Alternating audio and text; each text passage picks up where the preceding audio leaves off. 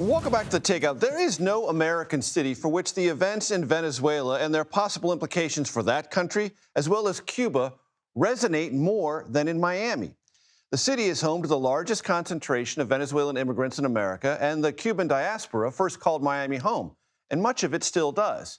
In fact, every year on New Year's, since 1959, Cuban exiles in Miami have roasted pigs and toasted next year in Havana, their dream of a post-Castro, post-communist Cuba. Quick historical quirk. In Washington, D.C., there is a statue to the great liberator, Simón Bolívar of Venezuela, near the Interior Department. It was given to the U.S. by Venezuela as a gift of friendship in what year? 1959. With this as a backdrop, let me bring in the newly minted mayor of Miami, Eileen Higgins. Mayor Higgins, it's great to have you on the program. Talk to me about what your city has experienced and what its dreams are, both in Venezuela and in some respects Cuba after the capture of Nicolás Maduro. Well, certainly here in our community, we want democracy returned to Venezuela, and people here have been waiting decades for a moment of hope. And of course, the removal of Maduro provides a little of that. But what you and your team have been reporting is what we are hearing as well, is that Venezuela remains in chaos. The colectivos are still out on the streets patrolling and terrorizing people and making them nervous. So the situation is very unclear and will remain unclear, in my opinion, for the weeks to come. So our community, we've got a lot of joy, but also a lot of nervousness about what's next. And as you know, Florida is the home to the largest percentage of Venezuelans in America, and they're nervous. And basically, 500,000 Venezuelans here lost their temporary protected status in November. Half of those are in Florida, and they need that status back. Venezuela is not safe to return to. So dig into that a little bit more, Madam Mayor. The Trump administration has said that temporary protected status is removed.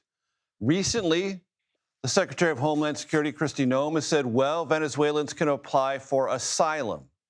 Is that a proper or equivalent option?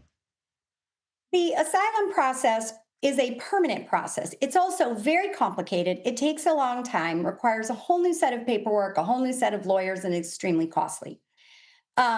In the meantime, basically with a switch of the computer in November, they got rid of TPS for these folks. They could just hit the button again and get these folks back under TPS while they're looking to perhaps have a permanent status or stability, please, happens in Venezuela should they choose to return. But going back now for many of these families would be foolish, would be unsafe. Political prisoners have still not been released. If TPS is restored tomorrow, we have tens of thousands of people, breadwinners, who could go back to work. I know of companies, large and small, that still have openings. They received a letter in November asking them to fire everybody that had lost their TPS status because they were Venezuelan. Many of those jobs are still open. Those families don't have a breadwinner. It's good for their safety, and quite frankly, it's good for Miami's economy to have them back working. Madam Mayor, what do you think might happen in the not-too-distant future in Cuba? Mario Diaz-Balart was on my program last night saying he doesn't believe the regime there is going to last much longer.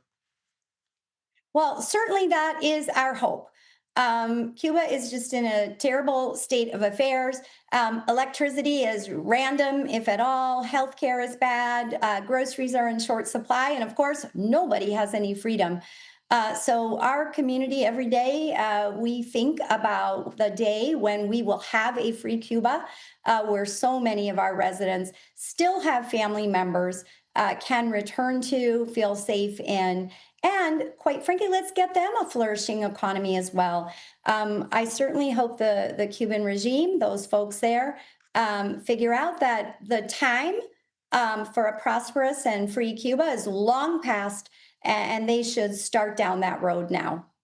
Mary Higgins, back to the Venezuelans in your community. Are they recent arrivals, or do many of them, or most of them, have long-standing roots in Miami? So the folks under temporary protected status have been here for a number of years. Venezuela has been in chaos since Chavez took over, and then we've had years of Maduro. Many of them are small business owners. Their moms, their dads, they have American citizen children. They're the breadwinners. So we have a range of people that are here under TPS, although no longer.